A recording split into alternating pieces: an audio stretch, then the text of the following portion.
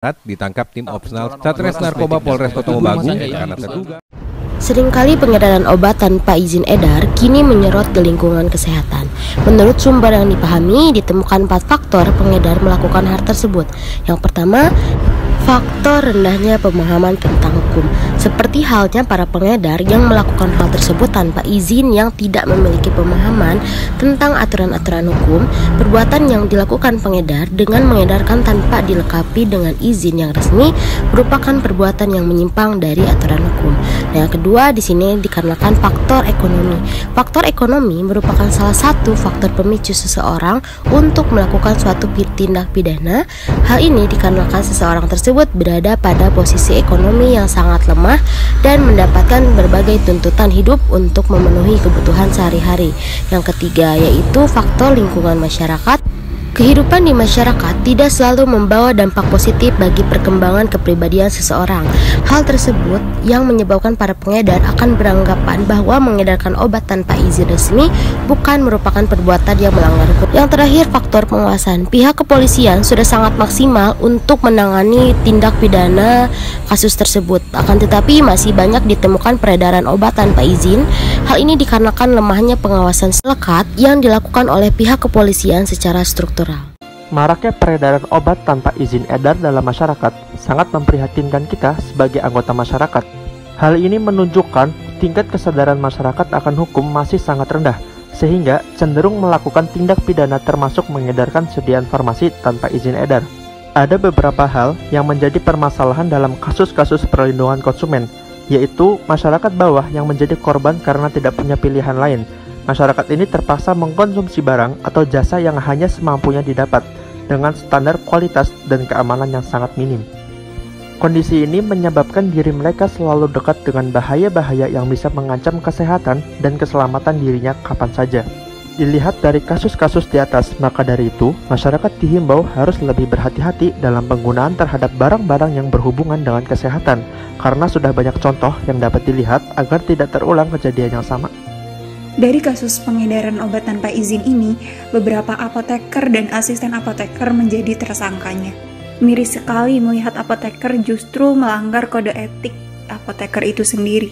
Kode etik yang dilanggar diantaranya ada pada bab 1 kewajiban umum, yaitu pasal 3 dan pasal 5. Pada pasal 3 disebutkan apoteker harus berpegang teguh pada prinsip kemanusiaan. Sedangkan pada pasal 5, apoteker harus menjauhkan diri dari usaha mencari keuntungan diri semata.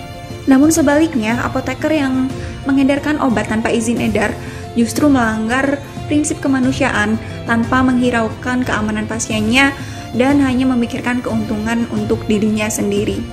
Peristiwa ini juga melanggar kode etik bab 2 kewajiban apoteker terhadap pasien, pasal 9, di mana seharusnya apoteker mengutamakan kepentingan masyarakat, menghormati hak asasi pasien, dan melindungi makhluk hidup.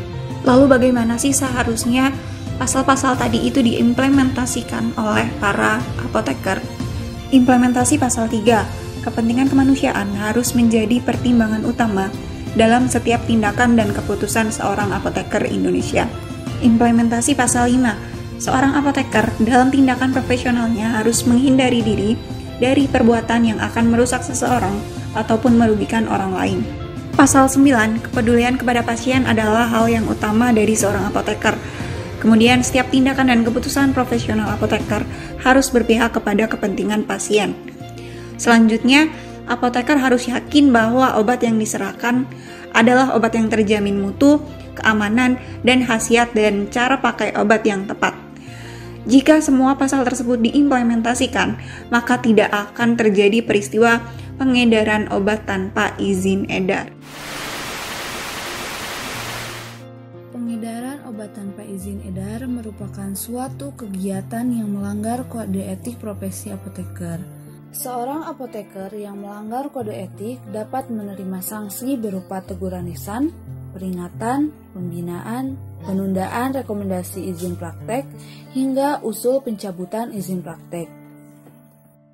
Adapun sanksi yang akan diterima oleh pengedar obat tanpa izin edar dapat berupa tindak pidana hukuman penjara selama-lamanya 4 tahun. Hal tersebut diatur dalam Peraturan Perundang-undangan Pasal 386 Ayat 1 KUHP yang berbunyi, Barang siapa menjual, menawarkan, atau menyerahkan barang makanan atau minuman atau obat, sedang diketahuinya bahwa barang-barang itu dipalsukan dan kepalsuan itu disembunyikan, dihukum penjara selama-lamanya 4 tahun. Dalam peraturan lain menyebutkan bahwa berdasarkan Undang-Undang Nomor 36 Tahun 2009 tentang Kesehatan, ketentuan mengenai tindak pidana mengedarkan sediaan farmasi diatur dalam pasal 197 yang berbunyi, setiap orang yang dengan sengaja memproduksi atau mengedarkan sediaan farmasi dan atau alat kesehatan yang tidak memiliki izin edar, sebagaimana dimaksud dalam pasal 106 ayat 1, dipidana dengan pidana penjara paling lama 15 tahun dan denda paling banyak 1.500.000.000 rupiah.